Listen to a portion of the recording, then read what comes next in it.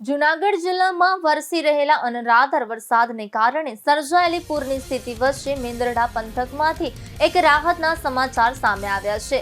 મેંદરડા નજીક આવેલા સમઢિયાળા ગામે અચાનક પૂરના પાણી ફરી વળતા રોડ પરથી પસાર થઈ રહેલા વાહનો ફસાઈ ગયા હતા અને જોતજોતામાં 19 જેટલા લોકોના જીવ જોખમમાં મુકાયા હતા।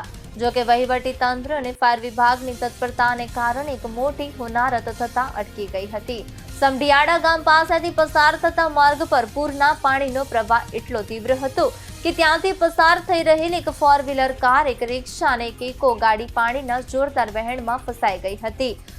ધમધમતા અને જોખમી પ્રવાહ વચ્ચે ફાયર ફાઇટરોએ જીવના જોખમે રેસ્ક્યુ ઓપરેશન હાથ ધર્યું હતું। દરોડા અને લાઈફ જેકેટની મદદથી પાણીના પ્રવાહની વચ્ચે જઈને એક પછી એક તમામ 19 લોકોને ભારે જહેમત બાદ હેમખેમ અને સુરક્ષિત રીતે બહાર કાઢી લેવામાં આવ્યા હતા।